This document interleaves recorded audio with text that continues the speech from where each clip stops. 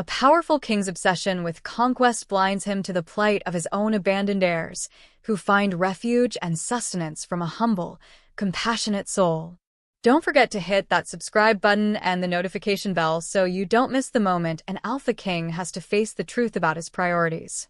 This story is going to change everything you think you know about leadership. She made lunch for the hungry wolf pups every single day, completely unaware that their father was the Alpha King himself. King Valerius had conquered 11 territories, yet he couldn't explain why his own royal children were reduced to accepting charity bread at a village baker's threshold. The woman providing for them often cursed the neglectful ruler who'd chosen war over family, never realizing she was condemning him to his face. Can a king who failed his own bloodline learn the meaning of love and responsibility from a simple woman who succeeded where he didn't? Chapter 1. The Strategy Session. The cavernous war room was filled with the metallic scent of sweat and lamp oil as King Valerius Ironheart examined the maps covering the massive oak table. Yellow flags marked contested territories, while his generals moved black chess pieces to indicate troop movements, a brutal game that had consumed 2 years of his rule. Your Majesty, Lord Commander Marius gestured toward the far north. A coordinated strike through the Wispawood at nightfall will decisively eliminate the Skarsgård resistance. They're demoralized, their supplies are depleted. Valerius's silver eyes were sharp, reflecting a cold, predatory focus. The fractured werewolf packs needed unification, and only through absolute power could he forge the cohesive kingdom his ancestors demanded. Expected casualties? He asked, his voice flat, prioritizing strategy over sentiment. Considerable on both sides, my lord. But victory secures the loyalty of every remaining dissident clan. Acceptable losses, Valerius stated without pause. His rule was based on an iron fist. Compassion was a luxury that invited betrayal. A true alpha commanded through unyielding strength. General Theron cleared his throat uneasily. Your Majesty, intelligence reports suggest the enemy strongholds are sheltering non-combatants. Women, the infirm, young pack members who have no part in this rebellion. Valerius's jaw clenched. Their leaders should have considered their families before defying my authority. Their suffering is a regrettable, but necessary, lesson for all future dissenters. The War Council offered grim nods, all accustomed to their king's brutal pragmatism. Valerius had earned his crown through endless campaigns and strategic cruelty, not gentle inheritance. We move at midnight, he ordered. The siege equipment must be in position by dawn. I want this entire resistance crushed so thoroughly that the mere mention of my name instills instant, total compliance. As his officers dispersed to prepare for the inevitable bloodshed, Valerius felt the familiar, intoxicating rush of a coming victory. Soon, the entire realm would be his, bound by respect and fear for his absolute rule. A sudden, urgent knock on the chamber door interrupted his thoughts. A breathless royal attendant entered, face pale with alarm. Your Majesty, please. Urgent news from the nursery wing. The royal pups, they've been missing for 2 days. Chapter 2. The Absent Father. Valerius's satisfaction evaporated, replaced by a cold, hollow dread. Missing? How could a prince and princess simply vanish from the kingdom's most secure fortress? The messenger wrung his hands nervously. The head nurse discovered their chambers empty yesterday morning, Your Majesty. No signs of struggle or forced entry. They simply disappeared, perhaps through a hidden passage. And you are only informing me now. Valerius's voice was a dangerous, low growl. Chancellor Ryman insisted it was a minor security issue, my lord. He believed the children were merely playing pranks, hiding somewhere within the expansive castle walls. Youngsters often. My children are not ordinary youngsters. Valerius snarled. They are royal heirs. Their safety supersedes all other concerns. Yet, as he spoke, a stinging knot of guilt formed in his stomach. When was the last time he had truly looked at his son and daughter? Their faces were distant, overshadowed by countless military strategies and political negotiations. The castle must be searched again immediately, he commanded. Every room, every attic, every secret passage. Question all guards and servants under threat of treason. Yes, Your Majesty. But should we postpone the northern assault to assist the search? Valerius hesitated. The military campaign was months in the making. Delaying the attack would give the Skarsgård forces a chance to regroup. No, he decided, the word cutting through the tense air. The war cannot wait for domestic concerns. My children are likely safe somewhere within the grounds, perhaps testing their mettle as future leaders should. The excuse sounded hollow, even to his own ears. What kind of father prioritized conquest over his own offspring? But kings made difficult choices. His duty to the unified kingdom outweighed any personal, painful distraction. Double the perimeter guard and expand the search, he commanded, his voice regaining its authority. But the midnight assault proceeds as planned. As the attendant hurried away, Valerius stared at the battle maps with diminished enthusiasm. Somewhere, inside or perhaps outside the castle walls, his royal heirs wandered unprotected while their father plotted the deaths of other people's children. The thought disturbed him more than he cared to admit. Chapter 3. The Unsettling Reports. 3 days after the successful, if brutal, victory over the Skarsgård territories, disturbing and peculiar reports reached Valerius's field command. His children remained missing, but stranger news was filtering in from the rural outskirts. Your Majesty, Captain Kellen reported, standing stiffly. Civilians fleeing the battle zone are mentioning something unusual. A village woman near the small settlement of Oakwood has been feeding a large number of wolf pups daily. Dozens appear each morning and evening. Valerius frowned, his attention momentarily diverted from the casualty figures. Wolf pups in human settlements? Yes, my lord. The locals find it extremely odd. No one knows where the pups originate or where they return to. They simply appear, consume what the woman offers, and vanish back into the forest trails. A sudden chill settled deep in Valerius's gut. The timing felt more than coincidental, his children vanishing just as mysterious wolf pups materialized in a remote village near the castle's extended hunting grounds. Describe this woman, he demanded. A baker, they say. Young, unmarried, lives alone in a cottage at the edge of the woods. The villagers consider her kind, but eccentric for nurturing wild animals instead of chasing them off. Valerius quickly located Oakwood on his map, noting its proximity to Ironheart Castle. 2 young, determined wolves could easily cover that distance in a day, especially if they knew the old hunter's paths. Have any of these pups been identified? Are they from a known, local pack? Captain Kellen shook his head. That's the most perplexing part, Your Majesty. No local pack claims them, yet the pups are clearly well cared for, healthy, bright-eyed, remarkably disciplined. Not feral at all. The description was a precise match for the royal pups, who had been trained by the castle's most skilled handlers. Valerius's children possessed the intelligence and royal discipline to survive temporarily, but they would eventually be drawn to the promise of food and shelter from humans. Sir, Captain Kellen continued hesitantly, there's something else. Some refugee families mentioned losing their own children during the fighting. They are clinging to the hope their offspring may have joined this mysterious pack for protection. Valerius finished grimly. The implication struck him like a physical blow. His war hadn't just displaced enemy soldiers. It had orphaned children who now roamed the wilderness, desperate for safety and sustenance. Against all his military training, Valerius found himself considering an unthinkable detour from his campaign. Chapter 4. The Devastating Sight.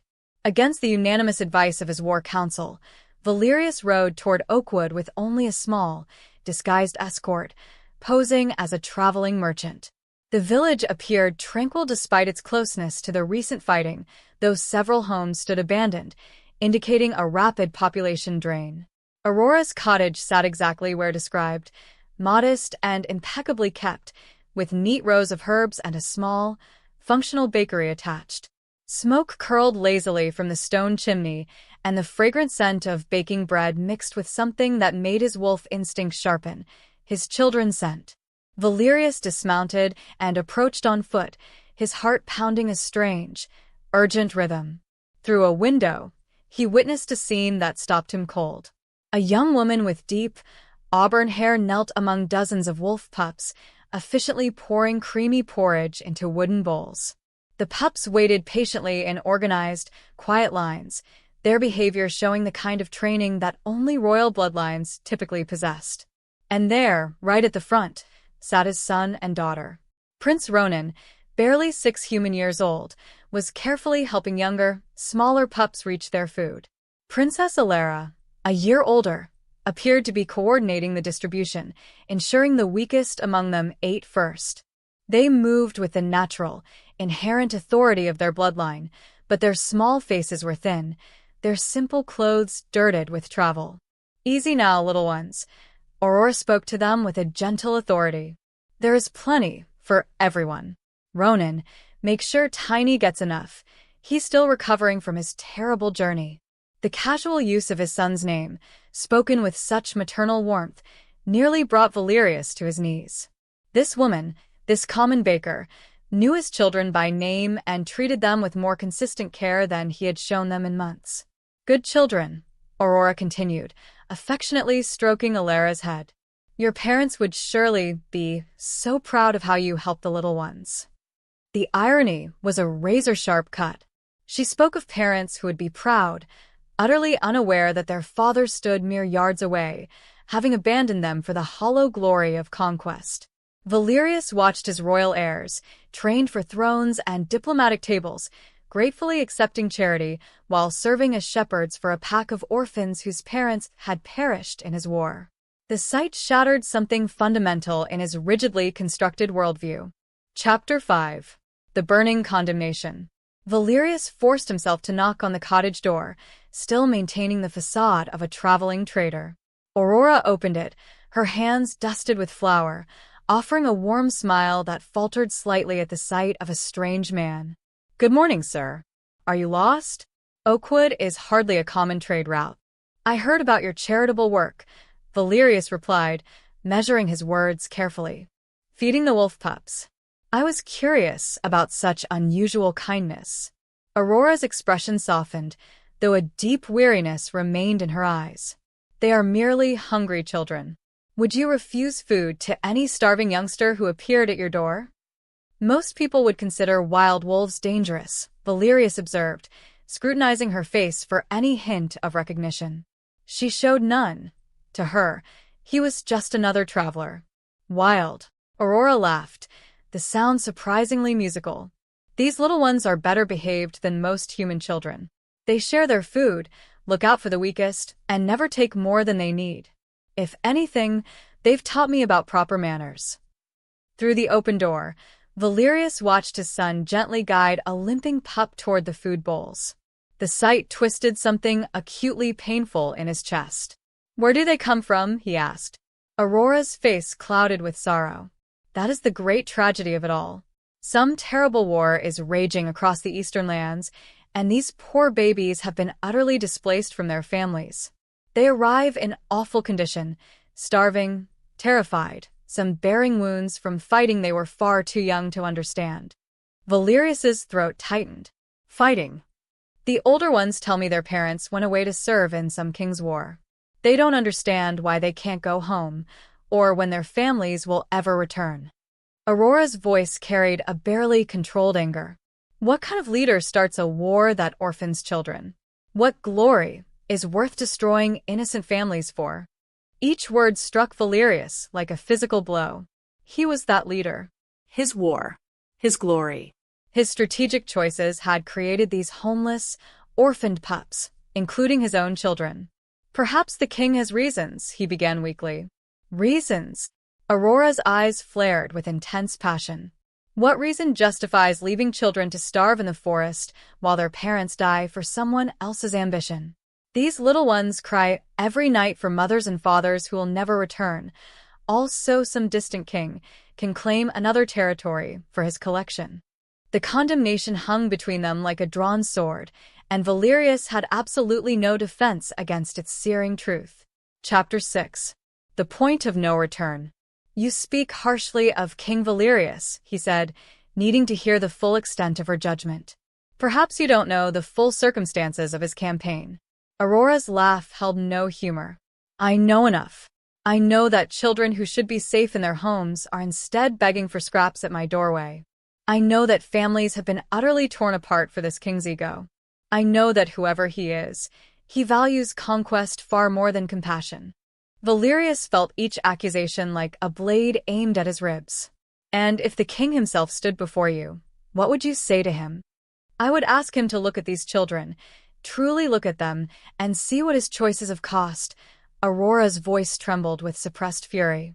I would ask him if his crown feels heavy when weighed against all these broken families. I would ask him to explain to 6-year-old Ronan why his parents abandoned him to fight in a war that means nothing to him. The specific mention of his son's name forced Valerius's decision. He could not maintain the deception any longer. I am King Valerius, he said quietly. Aurora stared at him for a long, agonizing moment, her face cycling through disbelief, realization, and finally, a blazing, terrible fury. You're their father? Her voice cracked with outrage. Ronan's and Alara's father? Yes. Aurora stepped back as if he carried a contagious disease. How dare you? How dare you stand here in disguise and listen to me worry over your children's welfare while you've been playing at war? I was unifying the kingdoms. You were abandoning your responsibilities. Aurora's voice rose dangerously. Your children have been living like refugees, eating charity food, sleeping rough in the wilderness, while you've been off conquering land that was never yours to claim. Valerius reached toward her instinctively. Aurora, please don't. Don't you dare, she snarled, backing away further. Don't you dare use my name like we are friends. Friends don't abandon children to feed their own inflated egos. The cottage door creaked open, and Ronan's small voice cut through the tension. Papa? Valerius turned to see his son standing in the doorway, uncertainty etched across his thin face. Behind him, Alara peered out with cautious hope. Hello, son, Valerius said softly, his throat tight with emotion. But instead of running to embrace him, both children remained firmly beside Aurora, clearly regarding her as their protector rather than seeking comfort from their father. Chapter 7. The Powerless King. Papa, why are you here? Alara asked, her young voice carrying a question far deeper than her years. Valerius knelt to their level, desperate to bridge the distance his choices had created. I came to find you. I've been searching everywhere. We weren't lost, Ronan replied with clear, matter-of-fact certainty. We knew where we were. We came here because Aurora has food, and the little ones needed help. The little ones? Valerius looked past his children to see dozens of wolf pups watching the conversation with intelligent, wary eyes. The babies whose mamas and papas went to fight in your war, Alara explained, unconsciously echoing Aurora's condemnation. They were scared and hungry, so we brought them here, because Aurora is kind. Aurora placed protective hands on both children's shoulders. Your Majesty, if you've come to collect your heirs, you will first need to prove you can actually care for them. They have been thriving here because they receive attention, proper meals, and emotional security. I am their father, and I am their king, Valerius replied, though the words sounded utterly hollow even to himself. Titles don't make you a parent, Aurora shot back. Ronan, tell your father what you've been eating lately. Ronan looked up at Valerius with solemn eyes. Bread and soup, mostly. Sometimes porridge. Aurora makes sure the littlest ones eat first, because they're smaller. And where have you been sleeping? In the forest mostly, but Aurora lets us sleep by her fire when it's cold. She tells us stories and sings us songs. Each innocent revelation carved deeper wounds into Valerius's conscience. His children, royal heirs who should want for nothing, had been surviving on charity and sleeping rough while he dedicated his time to military strategies. I can provide better, he began. Can you? Aurora interrupted sharply. When did you last spend a full day with them? When did you last prepare their meals or tend their scraped knees or comfort their nightmares? Valerius opened his mouth, but no answer came. His children had been raised by nurses and tutors while he focused on matters he deemed more important. I thought so, Aurora said grimly. Your Majesty, I challenge you to prove your worthiness as a father. Spend one full day caring for all these children. Not just your own, but all the pups your war has orphaned. Show me you understand what real responsibility means. The challenge hung in the air like a gauntlet thrown. Around them, dozens of young wolves watched the conversation with hopeful eyes, waiting to see if their king would finally accept accountability for their welfare. Chapter 8. Learning to Serve. Dawn brought a chaos that King Valerius had never experienced. Aurora's daily routine began long before sunrise, preparing massive quantities of porridge, meticulously checking each pup for injuries or illness, and organizing the rigorous feeding schedule to ensure the youngest and weakest ate first. Stir continuously, Aurora instructed as Valerius awkwardly attempted to cook breakfast for over 60 young wolves. The porridge burns quickly, and hungry children don't have patience for ruined food. Valerius, who had never prepared his own meals, struggled with the massive cauldron while pups gathered expectantly around the cottage. His very first batch scorched, filling the small kitchen with acrid, stinging smoke. Perhaps Your Majesty would prefer to organize the feeding lines instead, Aurora suggested diplomatically. But that proved even more challenging. The pups responded to Aurora's gentle authority with immediate, quiet obedience, while they regarded Valerius with polite, weary confusion. His deep, commanding voice, so effective with soldiers, only frightened the smaller ones. Softer, Aurora coached as a small pup cowered at Valerius's heavy approach. They are babies, not a battalion. They need kindness, not commands. Ronan and Alara watched their father's struggles with open confusion.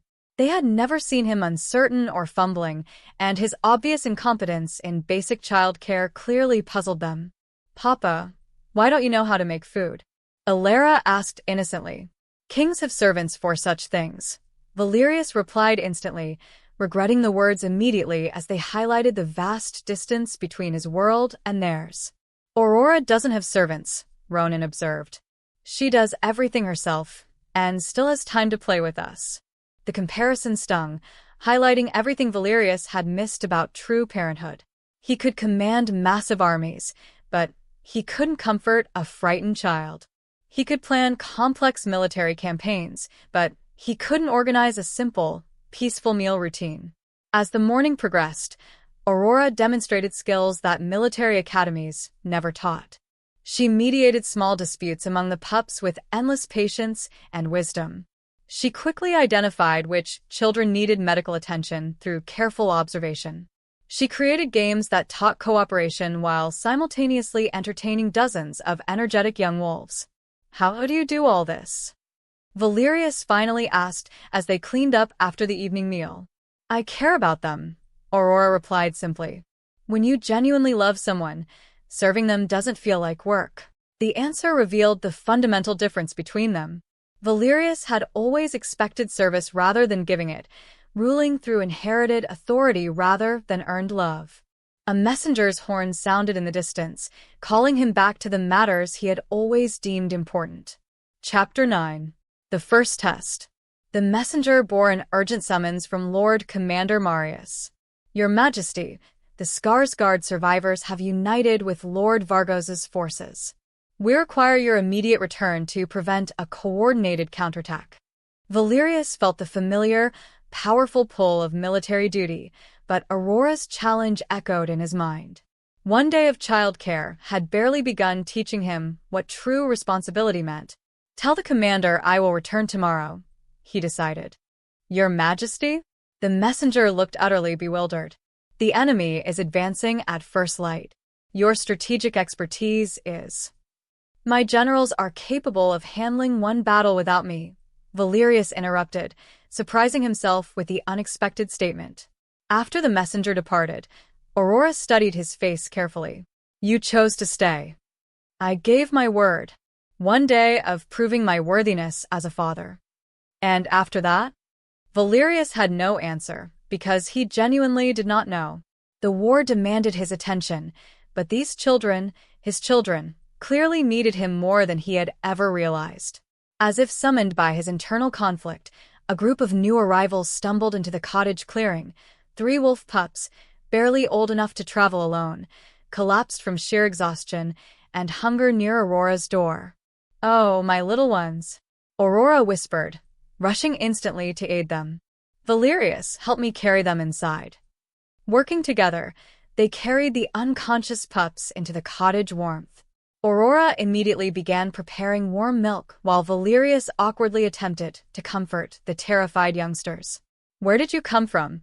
Aurora asked gently as the strongest pup regained a little consciousness. "Ironhold territory," the pup whispered faintly. "The fighting came to our village. Mama told us to run and find the bread lady everyone talks about." Valerius's blood ran cold. Ironhold, the very territory his forces would attack next. These children had fled the very battle he had planned to fight. "Are there others?" Aurora asked softly. "Maybe." "The forest is full of running families. Everyone is scared of the king's war." The innocent words hit Valerius like physical blows. His war, his choices, his direct responsibility for these terrified families fleeing their homes. Aurora met his eyes across the cottage, her expression clearly asking what he intended to do about it. For the first time in his life, Valerius found himself questioning whether military victory was worth such a devastating price. Chapter 10. The War Calls. By morning, Aurora's cottage sheltered 20 additional refugee pups, all bearing devastating stories of displacement and loss.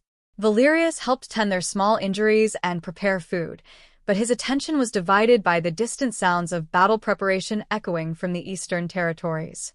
"You're distracted," Aurora observed as they organized the expanded feeding routine. "My army requires my leadership," Valerius admitted. "Every moment I delay here could cost my soldiers' lives. And every moment you spend fighting creates more orphans like these," Aurora countered, gesturing toward the crowded cottage. Before Valerius could respond, the urgent thunder of approaching horses announced the arrival of his war council. Lord Commander Marius, General Theron, and Captain Kellen dismounted with grim, strained expressions. "Your Majesty," Lord Commander Marius began formally, "we require your immediate presence. The enemy alliance has proven far stronger than anticipated." "How much stronger?" Valerius asked, stepping outside to avoid frightening the children. "Ironhold has convinced 4 additional clans to join their resistance.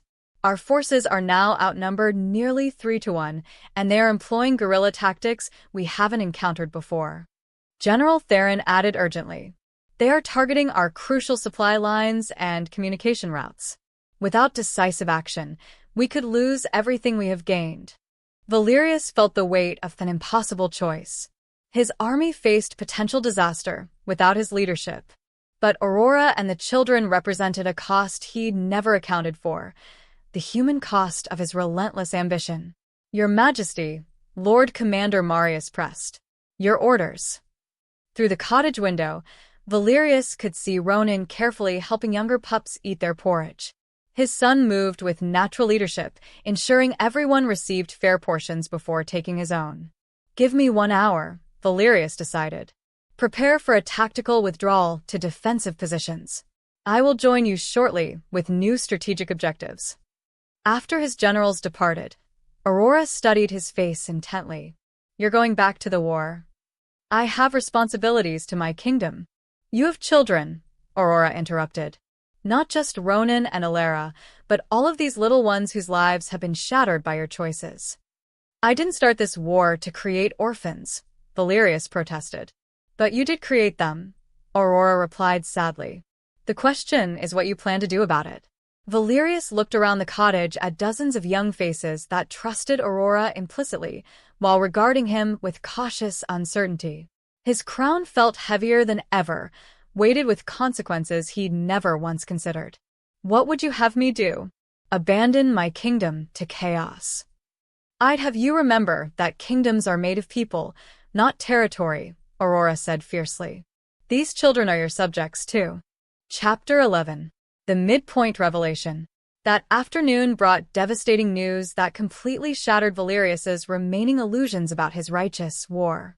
Aurora was tending to a small, whimpering pup when a teenage girl stumbled into the cottage, barely conscious from exhaustion and utter grief. Please, the girl gasped weakly. They said the bread lady helps the children. My little brother, he's dying. Aurora immediately began preparing medical supplies while Valerius helped the girl inside. Her tattered clothes bore the crest of Ironhold, enemy territory on all his military maps. What happened? Aurora asked gently. The king's soldiers attacked our village, the girl sobbed. They said we were harboring rebels, but we're just simple farmers. My parents tried to protect the food stores, and the soldiers, they killed them. Valerius felt ice form in his veins. Killed them. Mama and Papa died, defending our grain supplies. The soldiers burned everything. Our home, the fields, even the children's school. They said it was punishment for supporting the rebellion. Aurora's eyes found Valerius's across the small cottage. Her expression was a terrifying mix of horror and profound accusation. How old was your brother? 4 years old. He hasn't spoken since he saw Mama fall. He just lies there, staring at nothing. The girl's story continued, each detail adding crushing weight to Valerius's growing realization. His righteous war had devolved into a campaign of terror against civilians. His soldiers were killing parents and destroying communities in his name. I need to see him, Aurora said, preparing to leave immediately. Aurora, wait. Valerius grabbed her arm. It's not safe. If my soldiers see you in enemy territory, your soldiers. The teenage girl's eyes widened with dawning recognition and pure terror. You're him. You're the king. Before anyone could respond, she threw herself protectively in front of the other children. Please, don't hurt them. They're only babies. The raw fear in her voice, the absolute terror of a child who believed he would murder innocents, broke something fundamental in Valerius's soul. I would never hurt children, he said softly. But you did, the girl whispered. Your war killed my parents. Your soldiers destroyed my village. Your orders made my brother stop speaking. Aurora stepped between them, her face blazing with righteous fury. Get out, she screamed at Valerius. You want to see the real cost of your glorious war? Look around you. Every child in this cottage has been orphaned or traumatized by your choices. You've destroyed more families than you've united. I was trying to bring peace to the kingdom, Valerius protested. You were trying to feed your ego, Aurora snarled. You started this war to prove your strength, not to help anyone. And now children are dying for your pride. The accusation hung in the air like a death sentence, and Valerius found he could not deny its terrible truth. Chapter 12. The Impossible Choice. Valerius stood alone in the cottage garden, staring at the eastern horizon where smoke from burning villages darkened the sky. Aurora was inside tending to the traumatized 4-year-old boy while his teenage sister whispered desperate, tearful prayers over his silent form. Papa. Alara's small voice broke through his torment. Why is everyone so sad? Valerius knelt beside his daughter, struggling to find words for the inexplicable. Sometimes, grown-ups make terrible mistakes that hurt many people, little one. Did you make a mistake? The innocent question demanded an honest, painful answer. Yes, little one. I made a terrible mistake. Can you fix it? Could he? The momentum of the war had spun wildly out of his control. Generals on both sides demanded bloody victory. Soldiers had died for territory that meant nothing to the children suffering in Aurora's cottage. Ronan approached, carrying a small wooden bowl. Papa, the sad boy won't eat. Aurora says he misses his mama. His mama is gone, Alara explained with the brutal simplicity of childhood. The fighting took her away forever. Valerius's throat constricted. Gone forever. Dead. Killed by soldiers following his orders to suppress rebellion through any means necessary. A commotion inside the cottage drew his attention. The teenage girl was arguing urgently with Aurora. We have to go back, she insisted. There might be other survivors hiding in the ruins. Children too scared to come out. It's far too dangerous, Aurora replied, her voice strained. Then they need help even more. Valerius entered the cottage to find Aurora preparing basic travel supplies despite her own counsel. You're going anyway? I can't leave children hiding in destroyed villages, Aurora said firmly. If there's even a chance some survived. My soldiers might kill you on sight. Enemy territory is under martial law. Then come with me, Aurora challenged, her eyes meeting his. Use your authority to protect the survivors instead of creating them. The suggestion struck Valerius like lightning. He could end this madness. He could stop the cycle of violence that created more orphans with each passing day. If I order a ceasefire now, the other clans will see it as unforgivable weakness. The war could drag on for years, he argued. And if you don't, how many more children will die tomorrow? Valerius looked around the cottage at faces too young to understand political maneuvering, but old enough to know profound loss.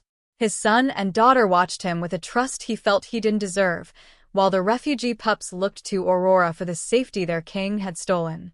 I'll need to return to my army first, he decided. Issue new orders. What kind of orders? Valerius met Aurora's eyes directly. Orders to protect civilians instead of destroying them. Orders that place children's lives above territorial conquest. And after that, I help you save whoever can still be saved.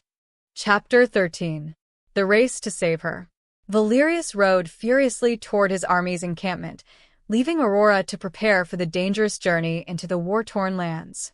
His mind raced with plans to completely restructure his entire military campaign around protection rather than conquest. But as he crested the final hill overlooking his forces, disaster greeted him. Your Majesty! Lord Commander Marius rushed forward, his face grim with shock.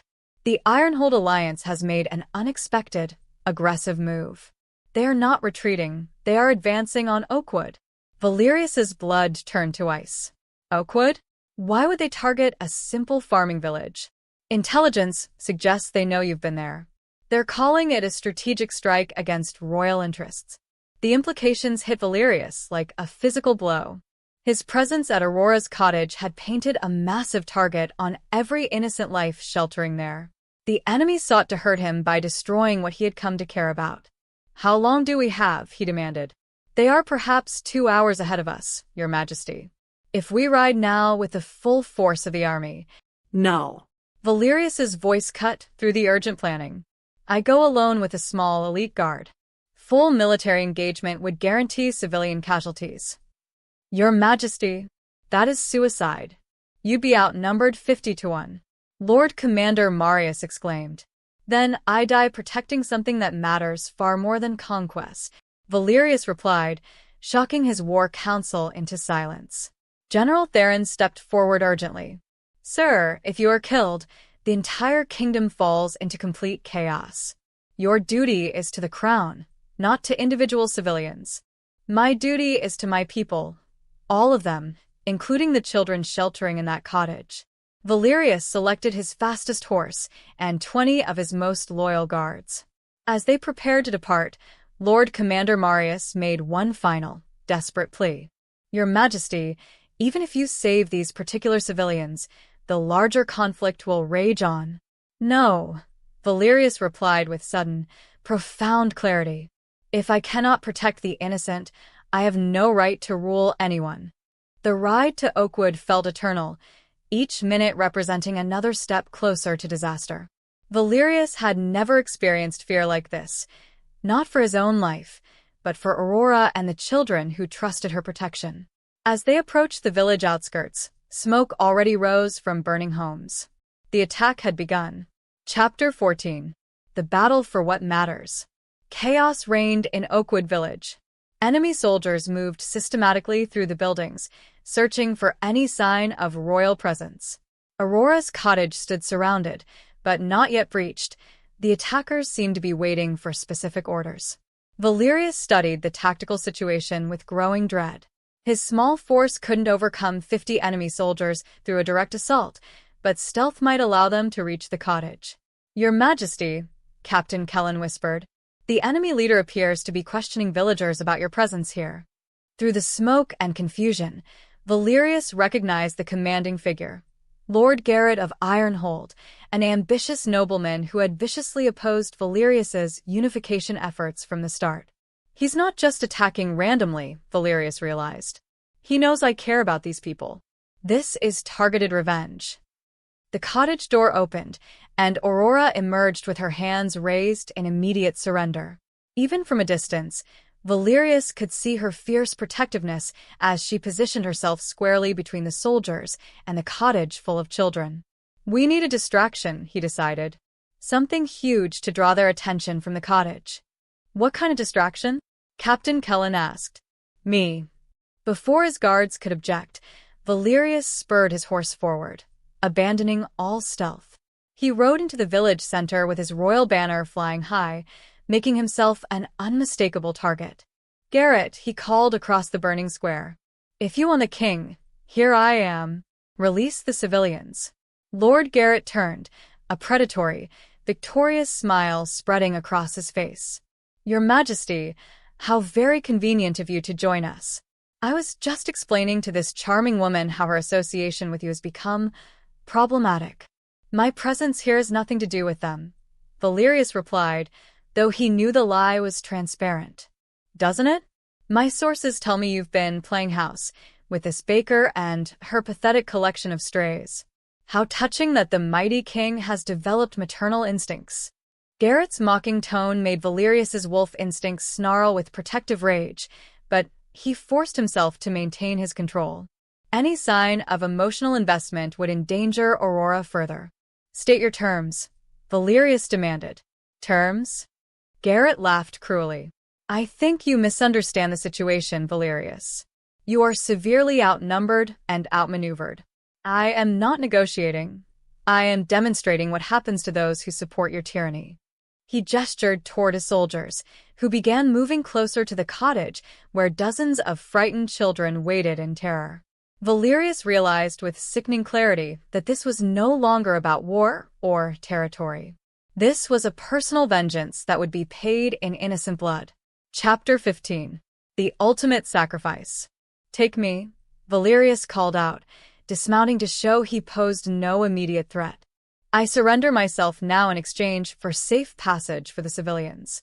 Lord Garrett's eyes gleamed with anticipated triumph. How the mighty have fallen. The great Alpha King reduced to begging for commoners' lives. Do we have an agreement?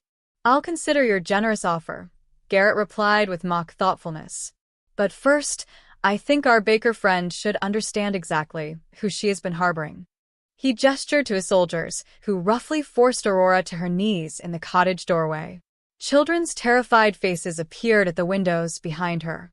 This man, Garrett announced loudly enough for all to hear, is the king whose war has orphaned your children. The monster who ordered attacks on civilian settlements. The tyrant who values conquest above innocent lives. Aurora's eyes met Valerius's across the distance, and he saw not hatred, but desperate understanding. She knew he had come to save them, whatever the cost to himself. Tell them, Garrett commanded Aurora. Tell these children who their real enemy is. Aurora straightened her back despite the blade pressed against her throat. I'll tell them about a man who abandoned his crown to protect strangers' children, she cried, her voice clear and strong across the burning village. A king who chose love over power when it mattered most. Her words, filled with fierce conviction, struck every soldier present. Valerius felt a profound surge of love for this woman who defended him even as his own failures endangered her life. How romantic, Garrett sneered. A touching farewell before we demonstrate the price of defying Ironhold's authority. But before he could give the fatal order, Aurora spoke again, her voice ringing with newfound authority. You should know something, Lord Garrett. While you have been planning this petty attack, I have been organizing the families of war orphans throughout all the kingdoms. They are demanding peace, not more bloodshed. What families? Your refugees have no power. Aurora smiled grimly. The families of every soldier in your army. While you plot conquest, their children starve at home. Do you think they will continue fighting when they learn peaceful alternatives exist? Valerius stared at her in amazement, realizing she'd been building a silent movement far more powerful than he could have ever understood, a coalition of those who suffered most from the endless warfare. You're bluffing, Garrett snarled, but uncertainty had crept into his voice. Am I? Aurora challenged. Ask your men about the messages they've received from home. Ask them how their own families view this pointless war. Chapter 16. The Kingdom Divided. Aurora's words proved prophetic. As Lord Garrett turned to gauge his soldiers' reaction, Valerius saw doubt flicker across their weary faces. These were not career warriors, but conscripted farmers and craftsmen, men who had left their own families to fight for causes they barely understood. "She lies," Garrett declared, but his voice lacked conviction. "Do I?" Aurora called out to the ranks. "Sergeant Hollis, didn't your wife send word that your twin daughters are sick with fever? And you, Corporal Denton, isn't your son the exact same age as these children you're threatening?" The named soldiers exchanged glances, recognizing the devastating truth in Aurora's words. Several began lowering their weapons unconsciously. "You will obey my orders," Garrett roared, but his authority was rapidly crumbling as Aurora continued speaking directly to the men's hearts. "Look at these children," she urged. "They could be your children, displaced by someone else's war. Is this truly what you want for your own families?" Valerius watched in awe as Aurora accomplished what military strategy never could. She was dissolving an army through sheer, unadulterated compassion. But Garrett, cornered and desperate, became even more dangerous. He raised his blade toward Aurora's throat. "Enough. You've seen what happens to those who oppose us. Now witness what happens to those who protect our enemies." "Stop." Valerius rushed forward, abandoning all tactical thought. "I'll give you anything. My crown. My kingdom. My life. Just let her go." "Your crown was always mine to take," Garrett snarled. "But your suffering, that is an unexpected bonus." As the blade descended toward Aurora, she called out with startling calm. "Tell your children I tried to end the wars that orphaned so many." The words struck every parent in Garrett's army like a physical blow. Several soldiers immediately stepped forward, no longer willing to participate in the murder of a woman dedicated to protecting children. "Sir," Sergeant Hollis said quietly, "this isn't what we signed up for. She is not a military target. She harbors our enemy. She feeds hungry children," Corporal Denton added. "That's not treason, Lord. That's mercy." Valerius realized that Aurora had achieved something miraculous. Through her simple acts of kindness, she had reminded these hardened soldiers of their own humanity. But Garrett, completely defeated, lunged in a final, frantic act. "Fine. If you won't follow orders, I'll handle this myself." He raised the blade again, and Valerius knew he had no choice but to act, regardless of the consequences. Chapter 17. The Loss of Love. Valerius lunged forward, reaching Aurora just as Garrett's blade fell. He managed to shield her with his body, taking the deep wound meant for her heart, but their brief embrace was shattered by the sound of approaching reinforcements. More soldiers, bearing the colors of various clans, not Garrett's allies, but enemies who'd seized the chaos to advance their own agendas. The kingdom was fracturing into complete civil war. "Aurora," Valerius gasped, pressing his hand to the bleeding wound in his shoulder. "You have to get the children out of here." "I am not leaving you," she replied fiercely. But even as she spoke, the sound of clashing weapons grew terrifyingly close. "You must," Valerius insisted. "Take them to safety while I try to salvage what's left of this kingdom." Aurora's eyes filled with tears, but her voice remained steady. "You can't have both, Valerius. You can't be the king who wages war and the man who protects children. Choose." "I am choosing," he replied desperately. "I'm choosing to end this war so you and the children can be safe." By returning to violence? By becoming the king who solves problems with swords rather than wisdom? Aurora shook her head sadly. "That's not choosing love. That's choosing duty again." The accusation hit harder than Garrett's blade. Aurora was right. Even now, facing the loss of everything that truly mattered, his instinct was to return to military solutions. "Then what would you have me do?" he pleaded. "Give up the crown," Aurora said simply. "Let someone else rule while you become the father and protector these children need." The suggestion struck Valerius speechless. Abdicate? Abandon the throne his bloodline had held for generations? "The kingdom needs leadership," he protested weakly. The kingdom needs peace, Aurora corrected. And you have proven you cannot provide both war and peace simultaneously. As if to emphasize her point, explosions erupted in the distance as various armies engaged each other in increasingly destructive battles. I go, Aurora said quietly, moving away from him. Go back to your war. Save your kingdom through conquest if that's what you believe you must do. But don't ask me to watch you destroy yourself and others in the process. You're ending this between us? Aurora's voice broke slightly, but her resolve was firm. I'm choosing the children's welfare over my own feelings. Something you, King Valerius, have never learned to do. As she gathered the frightened pups and began leading them toward the forest, Valerius realized he was losing the only thing that had ever made him feel genuinely worthy. But the thunderous sounds of battle demanded his attention, and duty called him back to a war that had already cost him everything that mattered. Chapter 18. The Dark Night of the Soul. 3 weeks later, Valerius sat alone in what remained of his war camp, surrounded by reports of mounting casualties and territorial losses. His rushed attempt to end the war quickly had backfired catastrophically. Without clear royal authority, every ambitious lord had declared himself a claimant to various portions of the kingdom. The civil war had multiplied into a dozen smaller conflicts, each one more brutal than the last. Your Majesty, Lord Commander Marius reported grimly. We've lost contact with the southern territories entirely. Lord Blackwood has declared independence and is recruiting foreign mercenaries. Valerius barely looked up from the casualty lists. Hundreds dead, thousands displaced, countless children orphaned by a war that had spiraled completely beyond his control. The Eastern clans, he asked mechanically, united against us under Lord Garrett's banner. They're demanding your removal and the establishment of a council-ruled kingdom. Perhaps they are right, Valerius murmured. Your Majesty?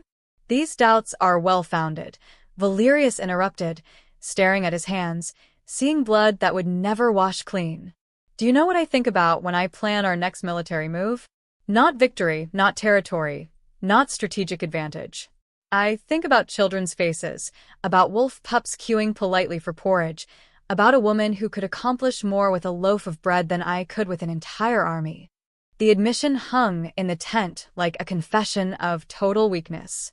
Your Majesty, Lady Aurora was admirable, but she didn't understand the complexities of kingdom management. She understood what I never did, Valerius replied. That power means nothing if it doesn't serve those who have no power themselves. A messenger arrived, bearing news that shattered what remained of Valerius's composure. Your Majesties, urgent reports from Oakwood Village. The area has been under constant attack by various factions. The civilian population, there are no confirmed survivors. Valerius's world went silent. Aurora, Ronan, Alera, all the children who had trusted Aurora's protection while their father played at being king. No survivors. The village has been burned multiple times, sir. Anyone who remained. Valerius didn't hear the rest. His war, his choices, his failures had killed everyone he had ever truly loved. Chapter 19. The Revelation. Dawn broke gray and hopeless over the decimated war camp. Valerius had spent the night in tortured contemplation, convinced that his selfish pursuit of power had cost Aurora and the children their lives. But as he prepared to formally abdicate and surrender himself to enemy justice, an impossible sound reached his ears. Children's laughter. Stepping from his tent, Valerius saw something that made him question his sanity. Aurora approached the camp under a white flag, leading not just his own children, but dozens of the wolf pups who should have died in Oakwood's destruction. Papa. Ronan and Alera broke from the group, running toward him with joyous abandon. Valerius swept them into his arms, hardly daring to believe they were real. How? The report said Oakwood was destroyed. It was, Aurora confirmed as she approached. But we weren't there when it happened. I evacuated all the children to safe locations days before the final attack. Safe locations? Aurora's smile held a gentle satisfaction. Villages throughout the kingdom where families have agreed to shelter war orphans. Your children have been staying with the blacksmith and his wife, who lost their own son to this very war. Valerius stared at her in utter amazement. You organized a network of foster families? While you've been fighting over territory, I've been building something more important, Aurora said. A system to protect all the displaced children your war created. Not just royal heirs, but every orphaned pup. The sheer scope of her accomplishment struck Valerius like a revelation. While he'd been thinking in terms of military victory and political control, Aurora had created an infrastructure of compassion that transcended all clan boundaries. How many children? He asked faintly. Nearly 400, placed in loving homes, fed, clothed, educated, and most importantly, wanted. The families who've taken them in understand they're not just providing shelter, they're rebuilding the kingdom's future. Lord Commander Marius approached cautiously. Your Majesty, this is remarkable, but we still face immediate military threats. Aurora turned to address him directly. Commander, many of your soldiers have children? Most of them, my lady. And how would they feel knowing their own children could be safe and cared for if something happened to them?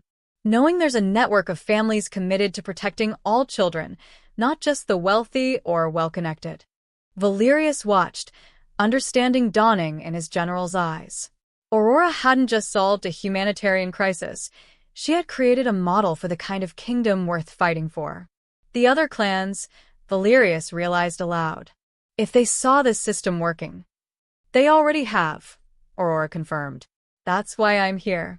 The clan leaders want to meet with you, not to surrender or negotiate territorial concessions, but to discuss ending the war entirely in favor of something better. Chapter 20. The New Alliance. The great meeting took place in a neutral meadow where children from various clans played together under Aurora's watchful care. Clan leaders who had been bitter enemies weeks earlier now watched their offspring share toys and food with natural generosity. This is what we were fighting for, Valerius addressed the assembled lords. Not territory or titles, but the right of these children to grow up in safety and peace. Lord Garrett, his former nemesis, spoke first. Your Majesty, I opposed your rule because I believed you cared only for conquest. Lady Aurora's work has shown me a different possibility. What possibility? Valerius asked. A kingdom where power serves protection rather than domination, Garrett replied. Where leaders are judged by how well they care for the most vulnerable, not by how much territory they control. Other clan leaders nodded in agreement. The sight of their children thriving together had accomplished what military campaigns never could. It had shown them a shared vision worth pursuing. Lady Aurora, Lord Blackwood addressed her formally. You have created something unprecedented. Children from enemy clans treating each other as family. How? Aurora smiled, watching Ronan teach a former enemy's daughter how to properly share food. Children don't understand artificial boundaries. They know hunger, fear, loneliness, and love. When you address their real needs, clan affiliations become irrelevant. But adults understand politics, Lord Ironheart observed. How do we maintain this unity when competing interests inevitably arise? By remembering that every political decision affects children, Aurora replied. Before you declare war, ask how it will impact the youngest members of your clan. Before you claim territory, consider whether it will create orphans. Before you assert power, determine whether it serves those who have no power themselves. Valerius felt profound admiration for Aurora's simple, devastating wisdom. She had taken his brutal approach to unification and transformed it into something sustainable and moral. Your Majesty, Lord Commander Marius interrupted respectfully. What you're proposing would fundamentally change how kingdoms operate. The political implications. The political implications, Valerius said firmly, are that we create a kingdom worthy of these children's future. A place where leadership means service, where strength protects rather than conquers. Lord Garrett stepped forward. Your Majesty, if you are serious about this transformation, you will need to prove it through actions, not just words. What actions? Renounce your hereditary crown. Ask to be chosen as our leader based on your demonstrated commitment to this new way of governing. The challenge hung in the meadow air while children played around them, oblivious to the political revolution being discussed above their heads. Chapter 21. The Final Push. You want me to give up my birthright? Valerius asked, though Aurora's teachings had already prepared him for this moment. We want you to prove that your worthiness comes from character, not bloodlines, Lord Garrett clarified. Lead us because you are the best choice, not because your ancestors conquered ours. Valerius looked around the meadow, seeing former enemies united by their shared commitment to protecting children. Aurora watched him with encouraging eyes while Ronan and Alara played happily with children who had once been considered enemy threats. I renounce my hereditary claim to the throne, Valerius declared, his voice carrying clearly across the gathering. I ask to serve as your leader based on my commitment to the principles Lady Aurora has demonstrated, that true strength protects the vulnerable, that real power serves those who have none. The clan leaders exchanged glances, clearly moved by his willingness to surrender inherited authority. And if we refuse? Lord Blackwood asked. If we choose someone else to lead this new kind of kingdom? Then I will serve however I can, Valerius replied without hesitation. Whether as king or common protector, my duty remains the same, ensuring these children have a future worth living. Aurora stepped closer, her hand finding his. That is the man I fell in love with. Not the king who commanded through fear, but the father who learned to lead through love. Lady Aurora, Lord Ironhold addressed her formally. Would you consider serving as our chief advisor on child welfare? Your network of protective families could become the foundation for a completely new governmental approach. Aurora looked surprised. I am not noble-born, my lords. I am simply a baker. You are the person who proved that noble birth means nothing compared to noble actions, Lord Garrett replied. We need leaders who understand service, not just succession. Valerius felt overwhelming pride in the woman who had transformed not just his understanding of leadership, but the political structure of an entire kingdom. There's one more thing, he announced. Aurora, will you marry me? Not because royal prerogative demands it, not because political alliance requires it, but because I choose you and hope you'll choose me. Aurora's smile was radiant as she looked around the meadow filled with children from former enemy clans, all playing together in safety and harmony. I choose you, she replied, and I choose the kingdom we can build together. One child, one family, one act of love at a time. Chapter 22. The Climax. The coronation ceremony took place not in a grand cathedral, but in the same meadow where the clan alliance had been forged. Children from all territories gathered to witness something unprecedented in royal history, a king chosen by merit rather than birth, crowned by the unanimous consent of those he would serve. Do you, Valerius of the House Ironheart, swear to serve this kingdom by protecting its most vulnerable members? Lord Garrett asked, holding a crown woven from graintalks rather than forged from gold. I swear it, Valerius replied, kneeling before the assembled clan leaders and the children they had all committed to protect. Do you renounce the right to rule through fear, conquest, or inherited authority? I renounce it completely. Do you accept that your worthiness as king will be judged by how well you serve those who cannot serve themselves? I accept it gladly. Aurora stepped forward, carrying a second crown made of simple flowers and herbs. Do you, Valerius, choose to rule alongside someone born to service rather than nobility?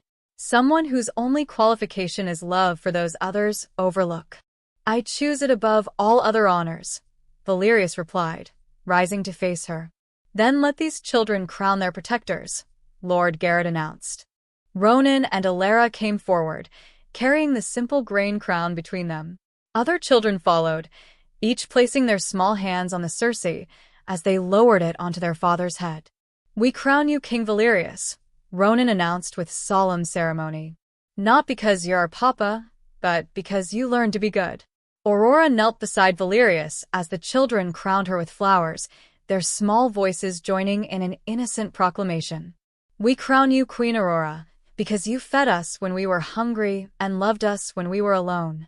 As they rose together, crowned by those they had committed to serve, Valerius realized he had finally understood what true kingship meant. Not commanding from above, but lifting others up. Not taking what you wanted, but giving what others needed.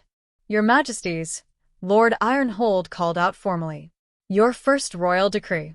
Valerius and Aurora exchanged glances, then spoke in unison.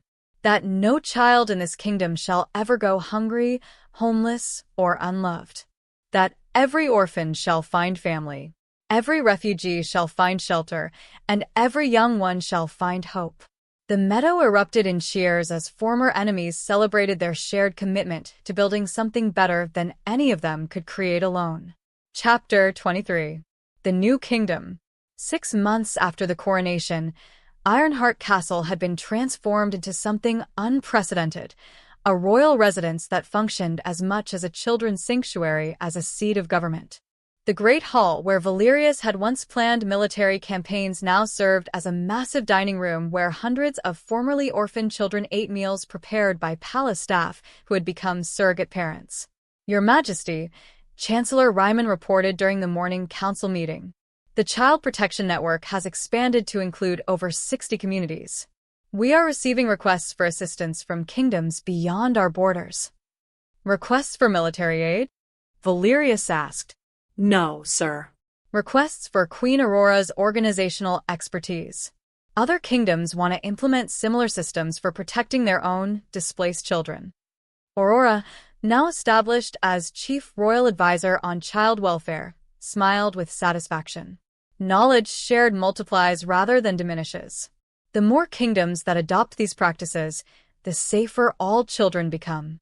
The council chamber door opened and Ronan and Alara entered with careful formality. Now 7 and 8 years old, respectively, they had been given official duties as junior ambassadors to child communities, a role that let them help other young ones while learning governmental responsibility. Papa Mama, Alara began, using the title Aurora had earned through love. The children from the new Skarsgård group are settling in well, but they have special dietary needs we should discuss. The youngest ones are still recovering from malnutrition, Ronan added with seriousness beyond his years. Cook thinks we need different meal plans to help them gain strength safely. Valerius marveled at his children's natural competence in matters he had once considered beneath royal attention. They understood governance through service because they had lived it from an early age. Excellent reports. Aurora praised them. What do you recommend? More frequent, smaller meals, Ronan replied promptly. And maybe gentle exercises to help them rebuild their strength. The older children could help teach the younger ones, like we do. Approved, Valerius declared formally, then grinned at his children's obvious pride in contributing meaningfully to the kingdom's welfare. A messenger arrived with news that would have once seemed threatening, but now brought only satisfaction. Your Majesties, the Kingdom of West March requests a formal audience to discuss adopting your child protection protocols. King William wishes to learn how to implement similar programs in his territories. Diplomatic victory through compassion, Aurora observed. Who would have thought kindness could be more powerful than conquest? Valerius reached for her hand, still marveling at the transformation love had wrought in both his character and his kingdom. Chapter 24. The Baker's Crown. Years later, Valerius stood in the same meadow where he had renounced his hereditary crown, watching a new generation of children play together, including several who bore the mixed bloodlines of former enemy clans. His own children, now young adults, worked alongside Aurora to train new leaders in what had become known as the Oakwood method of governance through service. Papa, Ronan called out, now tall and strong at 16. The representatives from the Eastern Kingdoms have arrived. They are ready to sign the Children's Protection Treaty. The treaty represented the culmination of a decade's work, a formal alliance between 7 kingdoms committed to placing child welfare above territorial ambition. Wars still existed, but they were fought over principles rather than power, and always with profound consideration for civilian populations. Your Majesty, Princess Alara added with a grin, now 15 and serving as Royal Ambassador to Youth Affairs. Queen Aurora's latest bread recipe has been officially adopted by the castle kitchens. The children are declaring it a royal proclamation. Valerius laughed, watching Aurora emerge from the cottage that had been maintained exactly as it was during those crucial early days.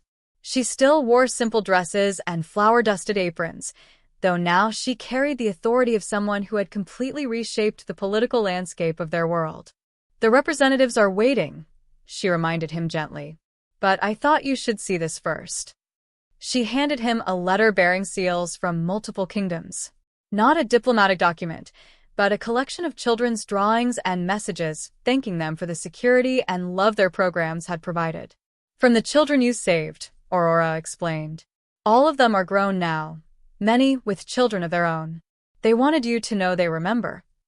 Valerius studied the letter, recognizing names and faces from those desperate early days when Aurora had fed hungry pups while he had learned the difference between ruling and serving. "No," he said softly, handing the letter back.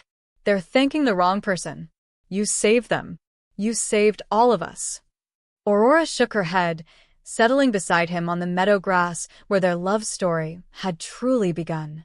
"We saved each other. You taught me that love can transform entire kingdoms. I taught you that kingdoms are worth nothing unless they serve love."